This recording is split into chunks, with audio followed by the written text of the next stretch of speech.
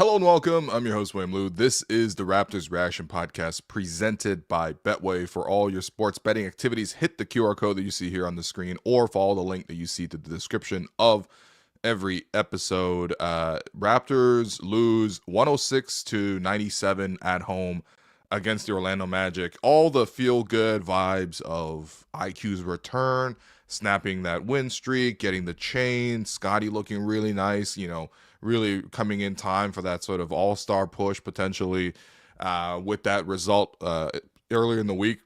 All that goes down the drains because what we saw tonight was just yet another very, very lifeless performance by the Toronto Raptors, who get back to their losing ways. I know earlier in an episode when someone asked me in the Tangerine fan inbox, "Hey, Will, what's the identity of this team?" And I said losing.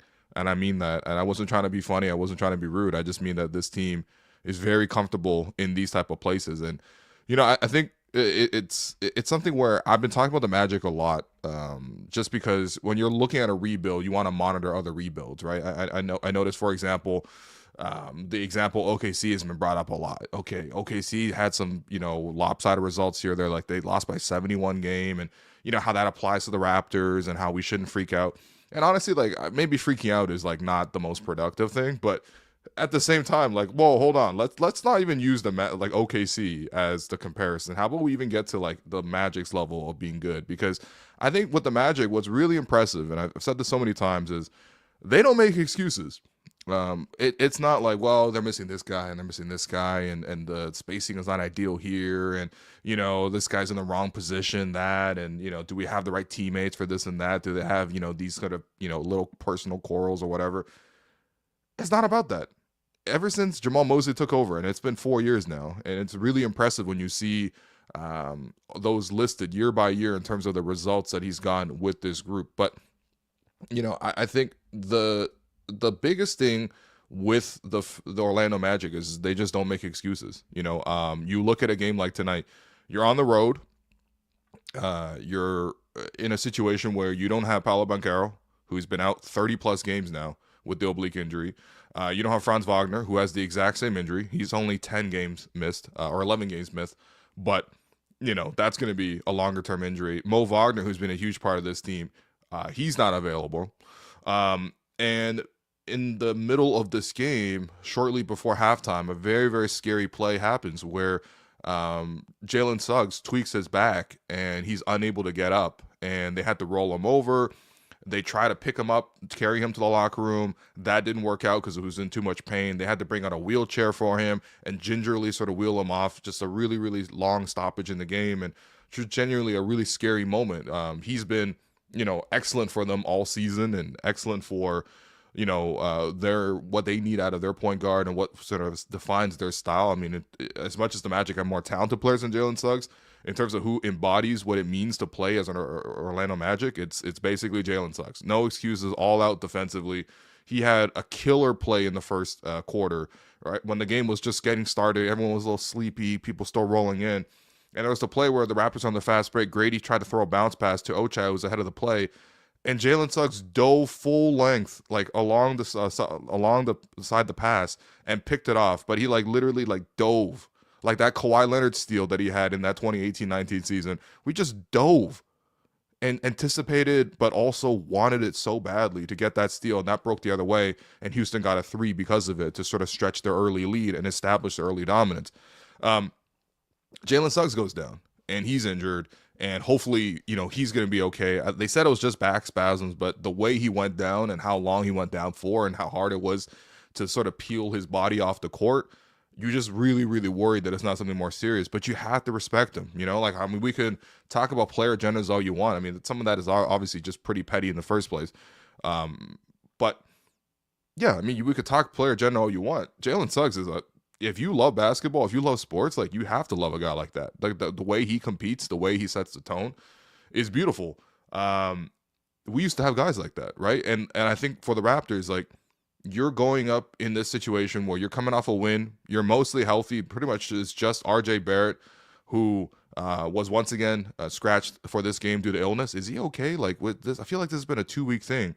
So I just hope RJ's okay. He was on the sideline at least. So you would anticipate that with the weekend off, hopefully he's able to come back for Monday. Because if it's just illness, then hopefully he's just okay. But in any case, you don't have RJ, but you do have the rest of your squad. IQ's come back. You got the win against Brooklyn. You're feeling good, and then you're at home where the Raptors have been competitive this season. Obviously on the road they're winless outside the Pelicans game, but they're on the road they're winless. Um, this is a perfect opportunity, and yet when you watch this game, the Raptors were down double digits pretty much the whole entire time. There was a short comeback at the start of the fourth quarter. Raptors were down 20. Scottie scores 8 of their 10 points in a 10-0 run. And that sort of made it a game, and it was relatively competitive down the stretch. I would argue Orlando, especially with all their injuries, do not have the type of offensive weapons to create separation, in a fourth quarter setting. And so, but still, the Raptors at least made it like somewhat competitive at that point. But you're fighting from behind the whole entire game, and this season we've heard every excuse in the book when it comes to the injuries, why they can't win on the road. They're a young team, they have this lineup combination out there, or they're testing this and that, and that's fine. And it's not a perfect comparison to Orlando, because Orlando obviously has been pretty much rebuilding for a long time, and they're clearly farther along in that process. But I mean, what they've done is just really impressive. And again, going back to Jamal Mosley, like, who was second for Coach of the Year last year. I mean, when he took over, 22-60, which is pretty much what the Raptors are going to be at the end of the season, roughly around that range, maybe a little worse than that. Then 34-48, then 47-35, and now 21-15. Right, and this year the record would be a lot better if it wasn't for the injuries, but they don't make excuses. They got lots of great wins over the course of the season because of the fact they don't make excuses. And when you watch them, I got nothing but respect. Like, they play defense. Everybody who walks on that court plays hard defensively, and not stupid defensively, but with a purpose. They all relish playing defense. It's not just one guy's propping up the defense. It's them, playing together as a team. They communicate. They know when to double team. They know when to sort of drop back.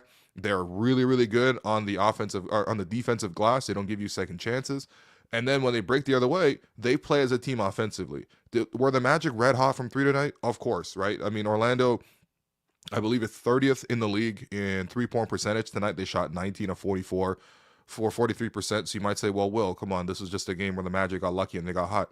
I don't feel like you get lucky. I feel like you create your own luck in a situation like this, because when you create that many stops, when you are, when you see that many breakdowns on the other end, I mean, the way the Magic play offensively would be no issues whatsoever for the Magic to defend themselves. But for the Raptors to defend it, I mean, like, Cory Joseph was running successful pick and rolls around these guys, man. Cory Joseph played on the Raptors a decade ago, right? We in 2025 now. Raptors signed him in 2015.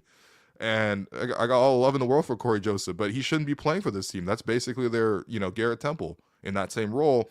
But he comes into the game and he's taking guys to the rack, and he's setting guys up for threes. And it's obviously Orlando got off to a hot start and they knocked down some threes, but the Raptors also had lots of breakdowns. Anytime there was a switch or anytime there was a ball screen, the Raptors felt like they couldn't really, cope with what the Magic were doing. I mean, the Magic weren't running anything particularly complicated.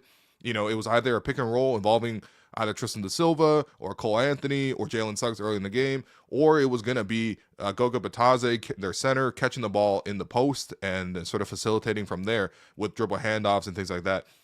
And the Raptors just couldn't cope with it. They kept selling out. It feels like they weren't communicating a lot. They kept sort of sending everybody into the paint. That made it really easy off a pick and roll where they would always send help from the wing. I don't even know why, to be honest. Like, it's not like Orlando's drivers are that prolific at going to the basket. And you do have Jakob down there as well with Scottie sort of lurking help side. So again, like, you shouldn't necessarily need to send 3 defenders at a pick and roll every single time. And yet they did.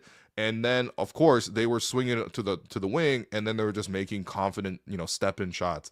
Whether that was Tristan Da Silva, the rookie, who went 5 of 7 and did not look like a rookie tonight. It basically looked like a Franz Wagner clone was out there. He was, he's German too. KCP, who has not shot the 3 well tonight all season, 3 of 7 from 3. Jalen Suggs knocks down 2 threes. Caleb Houston knocks down 2 of his 4 threes. And then the bench comes in and does the exact same thing, if not pours it on even stronger.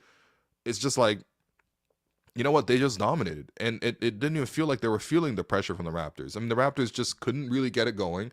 And they just kept, honestly, like, it's not like the Magic, again, like they don't have the talent really to be that good in a half court setting, even against the Raptors. Um, in terms of just like the guys they had available. But they don't even necessarily need to, because the other thing is Toronto was just making dumb plays over and over again for Orlando to capitalize on.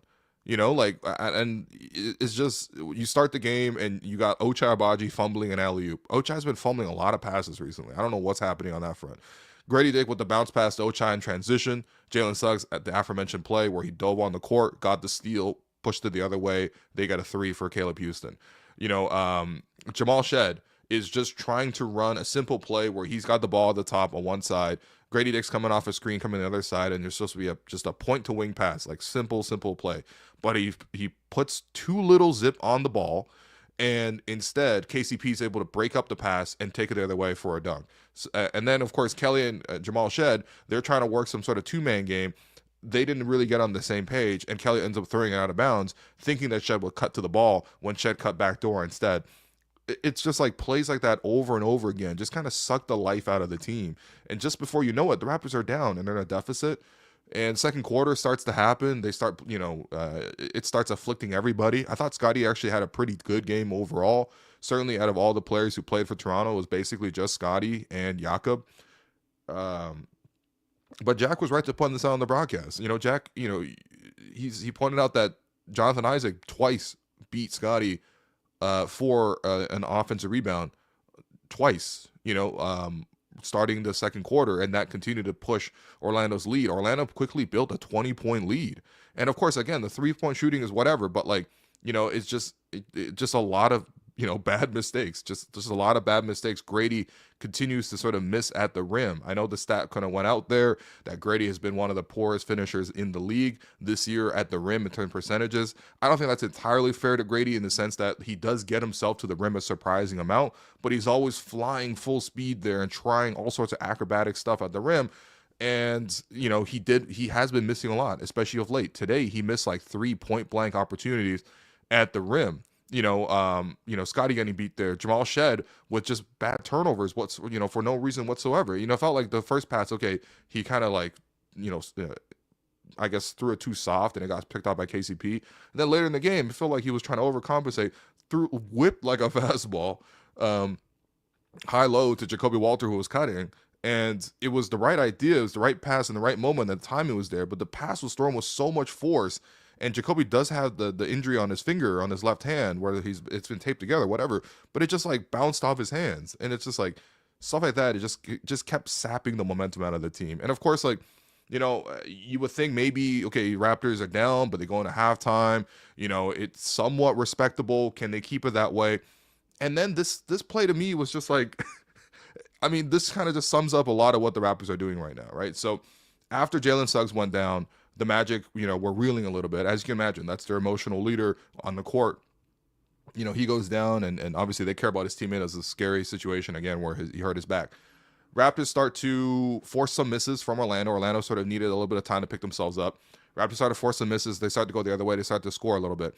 And then you had a play where the Raptors missed their first chance, but I think Yak got the offensive rebound, kicked it out, and IQ had a 3. And, he shot the 3. This is with 4 seconds left in the first half. So basically, you would think the last play, at least of the quarter, considering the fact that there was so little time left, IQ knocks down the 3, and he goes into his little skipping celebration, right? Because I think he had cut the lead down to 8 points or 9 points or something like that. He starts to go into this skipping celebration, and smart play by the Magic, but the Magic quickly get the ball back off the mid shot, and they, instead of waiting to see where it goes, they threw a pass ahead of the break to Goga Batadze, and IQ realizes this mid-skip, has to cut his celebration short just to sprint back to try to prevent the layup. He gets back, tries to make a play on the ball, but he's obviously too small, and Goga's very, very big. And then Ochai, who's second on the play, comes back and ends up fouling Goga Batadze. This is with 2 seconds left. So when it was a great play to knock down the 3, the Raptors instead give up a layup going the other way off a made shot right before the end of the half. And it's what are the priorities here? And of course, when you look back on it, okay, IQ looks a little silly because you're doing a skipping celebration, but there's got to be better floor balance. When I watch the playback, because again, this is like I couldn't believe what was happening. Watch the playback, everybody goes to crash the glass at once. Then you have bad floor balance, because if you all go for the offensive board, that means that you have bad balance in transition going the other way. So bad that their opposing team's 7-footer can leak ahead of the entire play and get the dunk. And of course, they prevent the dunk, but they call the foul. Then Darko exacerbates the whole situation by challenging the play. When they challenge the play, they see clearly Ochai had fouled him and got him across the arm. It wasn't a lot of contact, but he got him across the arm shooting dunking a ball. That's a foul.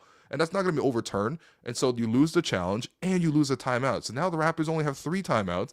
Instead of going to the half, feeling a little bit good with a little mini run with a 3 and whatever, all of a sudden they waste their timeout, they waste their challenge, and they give up 2 free throws to the opponent going the other way, and they just look kind of silly. Fine. You know what? Maybe in the third quarter, when they start the third quarter, they're going to have a response. There was no response. Immediately, the Magic start to push their lead once again closer to 20. The one thing is Darko decided, okay, Grady's having a really bad game defensively. I mean, he was making shots offensively. Grady did have, actually not even 2 of 7 from 3. Jesus. Okay, so Grady was not even having a good game in general. So he took Grady out, or he was like the first guy pulled like 2-3 minutes, maybe not even 3 minutes, maybe 2 minutes into the third quarter. So obviously much earlier than expected. Put Bruce Brown in the game. That didn't affect anything in the slightest. But at least you would think, okay, fine, maybe if Grady's getting, worked like this defensively, and, maybe he takes that message of, okay, I'm getting benched, I'm getting pulled a lot earlier, basically I'm getting called out, or in Darko's words, he's getting called up, then maybe when he comes back, he'll come back with a little bit of fire. So I was really curious to see how, this form of discipline will be responded with by the players. And so when Grady comes back, I'm like, okay, what's Grady going to do? Is he going to lock in defensively? Is he going to meet the physicality and the difficulty of this game? As soon as Grady comes back, within a minute, his matchup is Trevelin Queen, which if you don't know who that is, I can't blame you, right? But first off, you should be listening to the December Banter pod, because me and Alex actually talked about it, because Alex is low-key a Orlando Magic fan this season. But he's matched up against Trevelin Queen, and Trevelin Queen would not be playing. I mean, he might be like a 2-way or something like that, but basically like end of the bench guy. He's just a regular kind of 6'5", wing with a headband, whatever. As soon as Grady comes back into the game, there are 2 plays, and on the same play, Grady gets beat to the rebound twice by Trevelin Queen, and both times they were like both 50-50, like they're both there, and I would argue Grady should have had it. Both times he misses the rebound, and both times Trevelin Queen wins the rebound, and the second time he wins it, he swings it over to, I think, Cory Joseph or somebody, who knocks down the 3. And it's like losing plays, losing habits, even after you get benched like that, no response from the group. And yeah, I think, it was really good to see Scottie sort of try to lift them in the start of the fourth quarter. Scottie pretty much made like every play, for the team in the fourth quarter.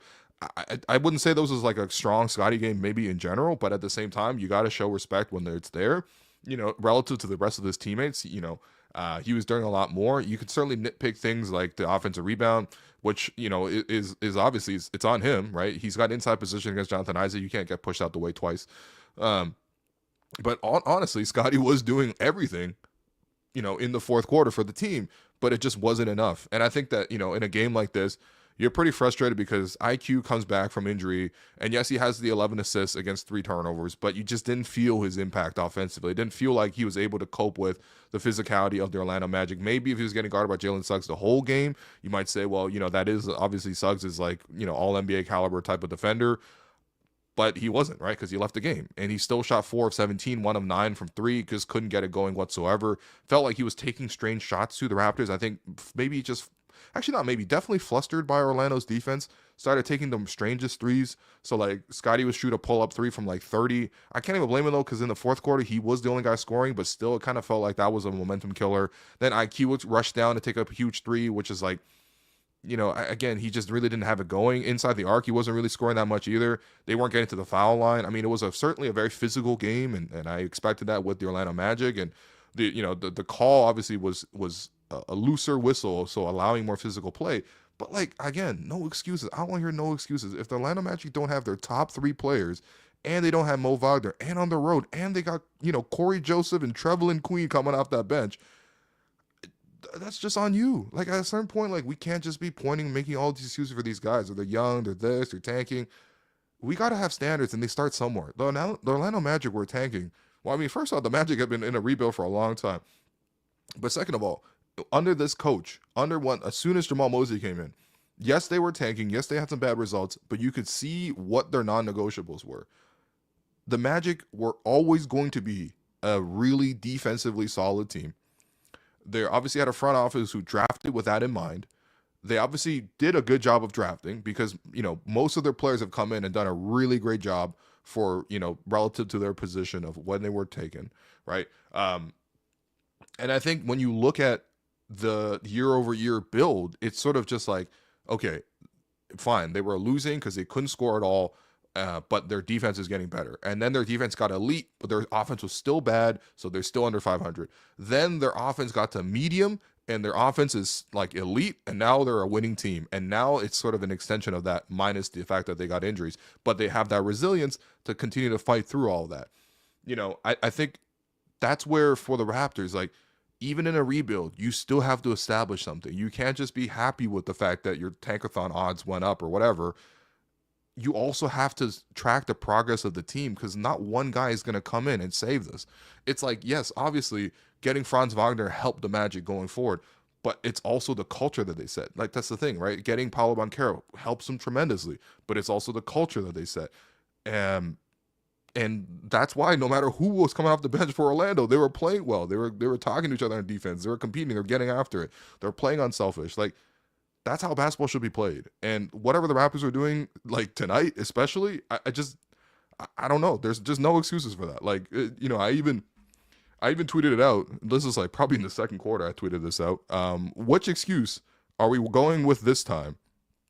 And, the responses are just not strong, man. Like, they're just not strong. You got, I feel like a defensive identity is tied to the coach/culture. I don't believe Darko has done a good job creating that standard. I think that's fair. Drew said, Darko's always outcoached. I need you to count how many times Scottie asked his team to clear out just to miss the basket. It's so bad. Okay, that's maybe a little unfair, because Scottie actually was the only guy scoring. It's just, we suck and we're not good enough. Why is Scottie playing point again with Quickly playing? It's cold out, running noses. There is none. They're just bad. We're just not good. Quickly can't hit a shot today. This team needs shot makers, agendas. It's just, yeah. It's someone also said, will you ever comment on Darko not being an NBA head coach? I mean, if you want someone to be harder than Darko than me, I don't know. What kind of content are you guys looking for? In any case, obviously some of that is just like fans being upset. But my point is that, like, you can't use one. And the Magic are the ultimate example of, you don't get an excuse. When you lose to the Magic like that, not even lose, again, it's not even about the result. When you're not even in the game with them, when you got to do the fake comeback thing in the fourth quarter because you're down 20 to treble in Queen, that's on you. That's on you. When you're getting cooked by a rookie with Tristan Silva, that's on you. Like, that guy was picked one pick ahead of Jacoby Walter. Like, you know what I mean? And it's I suppose it's not that surprising. I think more than anything else, like, we've had sort of these conversations after games, and I'm looking forward to hearing more of your comments as well. Leave those comments into the chat. We will get to them in the second half of the show as always. But for me, I'm just like, this game was just kind of a little depressing. I was just like, I just kind of want to go on with my Friday night, like I was having a good time, binging a little Netflix, making some lunch, making some dinner, cleaning up the house. I was having a nice Friday, just real chill vibes, whatever. And then I'm like, oh yeah, the Raptors are on. Okay, all right, let me see what they got. Okay, all right. RJ's not back yet, but they do have Quickly. They just come off a win. Let me see what they're on. And then you turn on, you see this, and you see like, oh my goodness, Goga Bitadze looks amazing. Like they make Goga Bitadze look like Jokic, man. It was, yeah, it's just not good. This is unacceptable. I don't care if you're tanking. You're wasting time. There's a difference between tanking and building and wasting time. This is a time waster. And not every game this season has been that, but so many games in the last month has been time wasters. And this one, it's not nearly as bad. Doesn't get the headline of 155 points, or doesn't give you up the headline of 31 turnovers at home, or like 54-point loss. But it is similarly frustrating when a skeleton shell of a team comes in with nothing but essentially their culture, and they walk off the court not even at one point stressed that they were going to lose the game. And I think that's where you really have to analyze, like, what are we actually building and what are we about? And it's hard to go game to game and fluctuate, whatever, but tonight was not good. Tonight was just really not good. Last thing, I mean, I already talked about IQ, actually. So, you know what? Let's go to the break. Let's get to your questions, and hopefully we can wrap this thing up because I am looking forward to getting back to a nice Friday night. Hey, man. Hey, buddy. Just recently hit the big 4-0. What about you, bro? A little more recently 4-0, but we are both in the 40 club. Let me tell you, man, being an adult really comes with its share of challenges. Definitely. I think both you and I are homeowners, and I think we're both also dealing with mortgages in life. Yeah, man, mortgage rates, choosing the right terms, dealing with paperwork, it can be really overwhelming, I still don't know how that works. Well, listen, that's where our friends at Dominion Lending Centers come in, man. They make the whole process simple and stress-free. Whether you're renewing your mortgage, hunting for the best rates, or if you just need advice, they're here to help, bro. You know what? I am looking for that advice, and I think that's why I'm going to visit www.dominionlending.ca. Yeah, man. www.dominionlending.ca. Take the guesswork out of your mortgage and step into financial confidence with our friends at Dominion Lending by our side. All right, enough from me. I want to hear from you, and it is time now for the Tangerine fan inbox. And Tangerine is the official bank of the Toronto Raptors, a foundational partner of WNBA Canada and NBA Canada. And of course, they're not just fans of basketball, they're fans of basketball. They're fans of fans who have their own nickname for each guy in the starting five, or fans who stand 5 inches from the TV all night, or fans who can recreate every player's layup package while sitting from their couch. And if you're hearing this, there's no doubting your commitment. Fans like you are the heart of what makes this game great. So for the Raptors' 30th season, Tangerine is turning the spotlight from the court to the stands and celebrating the way Raptor fans support their team, because this is how we fan. To learn more, visit tangerine.ca/basketball. All right, Alex, what do we have? What are people saying here? First one from Good Morning. How much of the defensive issues of this team are because of effort? Is it coaching or talent? I think it's a little bit of both, right? I think, for example, in the case of a guy like Grady, that's obviously he doesn't have a lot of defensive talent. Sometimes he takes a charge here or there, but realistically, he gets roasted a lot defensively. I think that, but on a whole, when you look at the team as a whole, when you watch the game like this, doesn't it feel like if you had it's not totally fair to compare coaches, but doesn't it feel like if the Orlando Magic coach with Jamal Mosey has been coaching the Raptors for the last 4 years, that they could have taken the Raptors and whatever they're doing right now and giving you a better defensive effort tonight? Honestly, the Raptors, outside of giving up the 3-ball, the thing is, the Magic weren't even that good offensively, but again, in general, yes, I do think that the Raptors defensively are just not a great product. Like they die a lot on miscommunications. It's not just the young guys versus the old guys. There's a play, for example, where early second quarter, the Raptors had already been getting shelled from 3. So clearly Orlando came in with a plan to shoot from 3. And then you had a play involving 2 veterans, right? Kelly Olynyk and Bruce Brown. That's obviously 2 longtime NBA veterans at this point. And there was a simple play where there was an off-ball screen for one of their shooters, and Bruce Brown was on the shooter, and Kelly was guarding the big who was setting the screen, and there was no communication. Bruce Brown tried to go under the screen. Kelly's also there, not calling it out.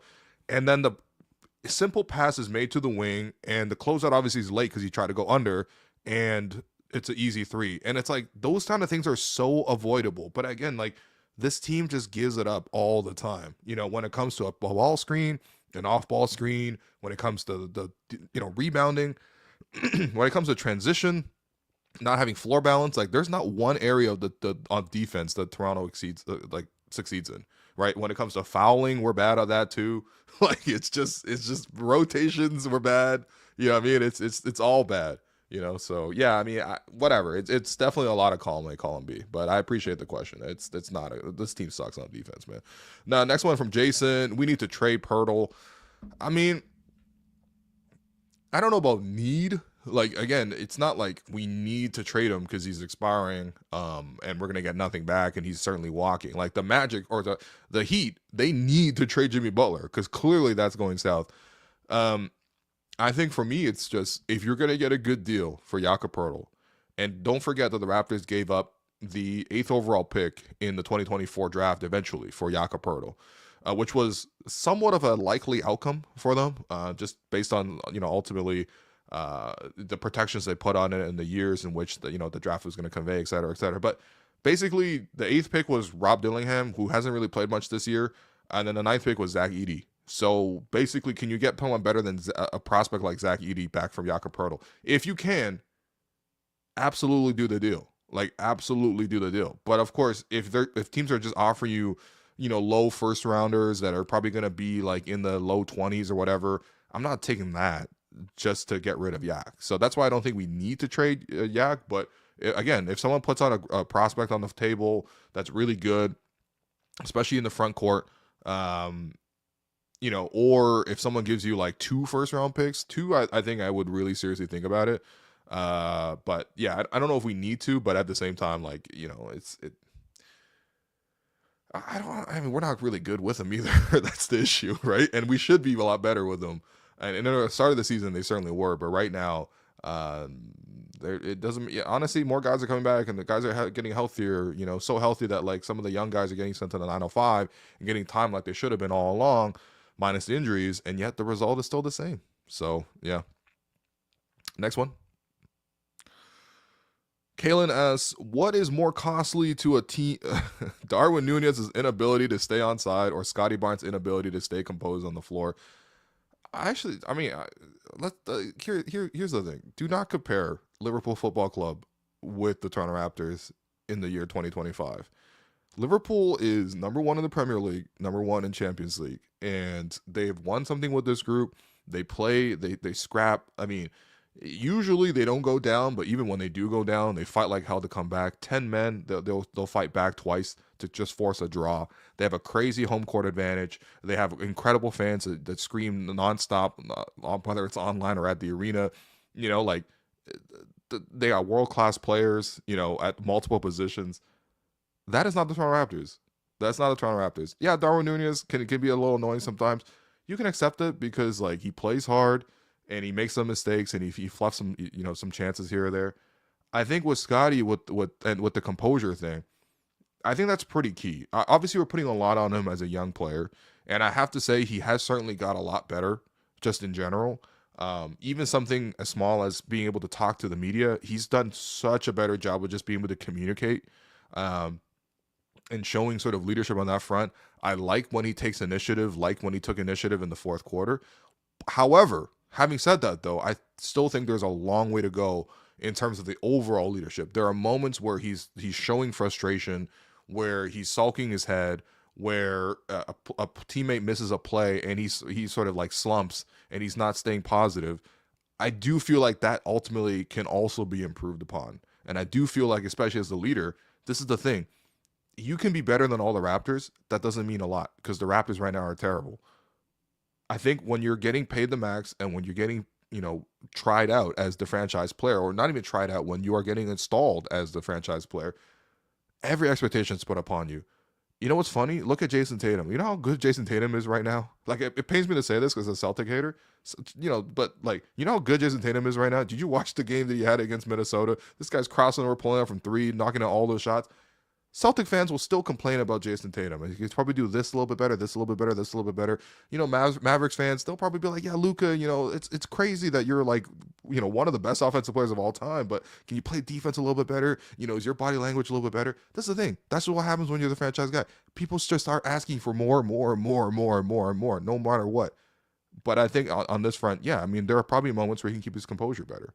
And I don't think that's like, I don't think that's controversial to say, you know what I mean? Like, but at the same time, you can also acknowledge that he is still by far the best player on the Raptors. So, yeah, but please don't compare Liverpool to the Raptors, man. Come on, bro. I can't wait. Next one from Michael Austin. Can we get a single cards of Shian Williamson printed? Maybe a booster pack with the cards of the whole crew with the chance out of a one-on-one Wongstradamus. So, just to set this up, because I know my evil producers, I see them both lurking. Oh my God. All right. Okay. This is just to cheer everybody up. Here you go. There was, first off, I feel like AI has gotten too far. Okay. There was the Bell Gaming Night, which we've been promoting here on the show. And there was one of the booths set up at the Bell Gaming Night. was the sort of like AI feature where they essentially essentially take a photo of you and then you can sort of customize a couple settings and create an AI image. Of course, I had not known what was going on, so I was like screwing around. I put in some some features. Key feature I put the body size to XL, and then holy, the image generated was this Zion Williamson clone. I mean, it's yeah, it's distressing, honestly, looking at this, man. But I feel like Alex and Jerome, they're definitely just oh my god, that's a man's jam. Yeah, for people listening on the podcast, so they've shown the picture now to the stream. It's now a picture of Joel Embiid has been artificially inserted into this. He looks like he's probably calling for a foul. Let's be honest. And yeah, I mean, this is what we deserve after a lifeless loss, is just a little bit of humor. But oh my goodness, at what great expense, yo! Like, AI's gone too far, man. We don't need this, man. We don't need this. But yeah, I do think Alex and Jerome are laughing it up behind the scenes with the cameras turned off and their microphones turned off, and I think they've spent the last 24 hours since we did the event furiously trying to turn this into as much merchandise as possible. So I don't think I can stop them. But yeah, that's all right. Do we have other questions or what, man? No. All right. Well, at least we got something out of tonight. Yeah, it's I don't know, man. I mean, whatever. It's just another. Oh my God! Here are the teas. Holy. Oh goodness. All right, guys. And the Zion Williamson, Xi'an Xi'an's actually a really beautiful city.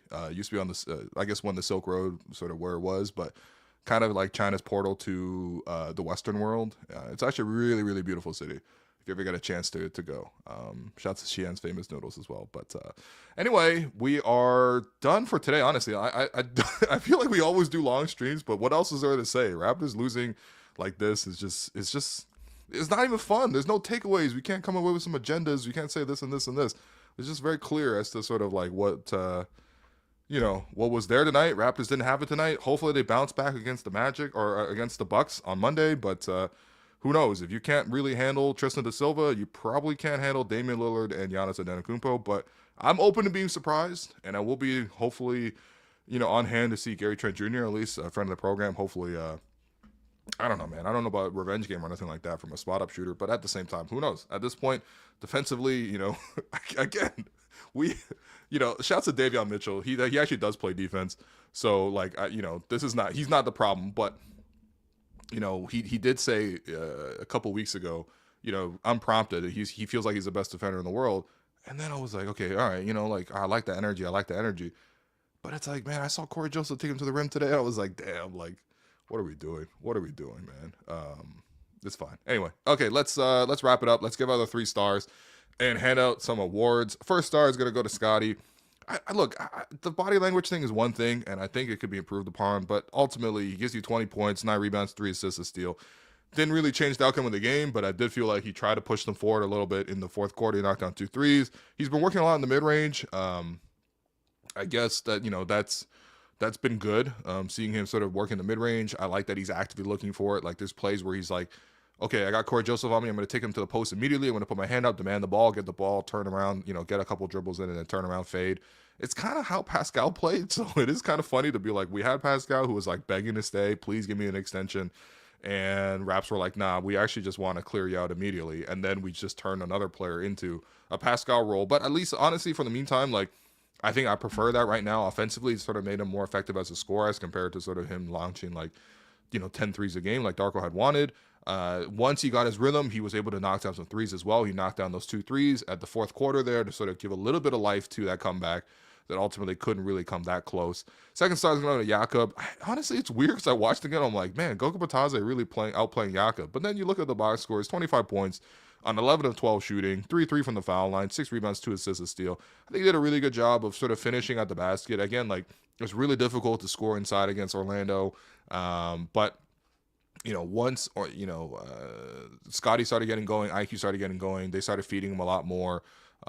Basically, Jakob was just finishing everything. I mean, how can you knock 25 points at 11 of 12 shooting? I did think Goga did a really good job against him, but ultimately that's still pretty good. Goga also kind of played like center field. He was kind of trying to help off everywhere else too, but it is what it is. And then your third star, I'll probably go to Ochai. Ochai 15 points. Ochai's been really quiet recently, and I actually did ask Darko about it the last game against Brooklyn. Pregame, I asked him like, what are you seeing from Ochai? How do you get him going again? And I think Darko's answer was a little strange. He said like, you have to ask him personally. I don't want to speak for him, but I think he was just saying that basically like shots are rimming in and out or whatever. But there was something about the answer where I was like, why do I have to ask him personally about it? But in any case, it's good to see Ochai at least sort of pop back and have a decent game. He knocked down some threes here or there in the third quarter that sort of kept it from being like a super blowout. But he knocked down 3 of 5 from 3, finished a couple layups at the rim. I do want him to be a little stronger with the ball. It feels like he's been fumbling a lot of chances recently, but today was actually a step in the right direction. Defensively, once again, I wanted to get tighter to players and be more in their space, but I don't know. Maybe I should just be a Magic fan at this point. Your Gerald Henderson Award winner, that's going to go to Tristan de Silva. Fun fact, 2 of the last 3 games coming into this one for Tristan, he had 0 points. In between, he had an 18-point game, and then this one, he had a 25-point game. So maybe he's just a little up and down, but still, I mean, tonight he was awesome. I mean, he literally looked like Franz Wagner tonight. 25 points, 5 threes, 9 of 13, big wing, was able to get his shot one-on-one, he's obviously he's an older rookie, but I mean, who cares? I mean, if you're good, you're good. And tonight he was awesome. So finally, your most important guy, that's going to be presented by Greta Bar YYZ. Hit up Greta Bar YYZ at 590 King Street West, right there on the corner of King and Portland. It is the #1 barcade in the city. It's there for you pregame, postgame, during the game. Watch all your favorite sporting events, great food, great drinks, great games as well to catch up on. Your most important guy for today, who is the most important guy? It's certainly not Jerome or Alex for throwing up the Shion Williamson photo so many times, but who is the most important guy today? Who is the most important guy? You know what? Most important guy today was Cory Joe. Oh my God. Oh my God. Stop showing this. There's who was important today? You know who was important today? Cory Joseph. I felt like Cory. Shouts to Cory, man. I you know what? If you asked me 10 years ago if Cory Joseph was still in the league in 2025, I probably would have said no. I mean, this guy was around. Like this guy was like a rookie running pick and rolls with like Jeff Ayers and like this. He's been in the league since like 2010, man. Like it's really impressive. See how far Cory has come. Obviously, he's a champion with the Spurs. Comes home to Toronto. Wears number 6. I actually really like Cory as a Raptor too. He really helped bring in a lot of defensive identity to that team. I mean, that was back when, Dwayne Casey always had a strong sort of, emphasis on defense. But when the Raptors slipped in 2015, and obviously they got swept by the Wizards, they made those signings to really beef up their defense, and they got Cory Joseph, they got Bismack Biyombo, they got DeMarre Carroll, who at least on paper was going to do a lot defensively. I mean, obviously he just got injured. It is what it is. But yeah, I mean, those guys really came through and delivered and really bumped up the defense to a higher level. And that, that kind of coincided with them going all the way to the conference finals. I mean, it wasn't the prettiest the whole entire time, but at least they really got better defensively. So shouts to Cory, your most important guy. And it's always nice to see Cory back in Toronto. I feel like, I don't know how long he's going to play, but even when he stepped on the court and he was still ready to play, it's a testament to his, his professionalism. Like he's basically their version of Garrett, even though he's also much younger than Garrett too. I don't know. It's impressive. Shouts to East End legend. Okay, that does it for the podcast. Thanks for listening. We will be back next Monday. Me and Alex will be doing an episode, and we're returning to our weekly episodes as well. Obviously, we'll continue to have the reaction podcast live after every game. Raptors will be playing the Milwaukee Bucks. However, my suggestion is if you do need something to do on the weekend, if you got some chores on the weekend, you know what I mean? Like that weekend little chores, like do some loads of laundry and sweep the house and make a nice meal, whatever, and you need to throw something on, you should go back and listen to the December Banter Pod. That was actually a really fun time. It's fun because we didn't talk much Raps. But other than that, just take a break from Raps content. It's not going to be fun over the weekend, and hopefully they're going to be bounced back because we know they're better than this, but at the same time, we also know that they're very much like this.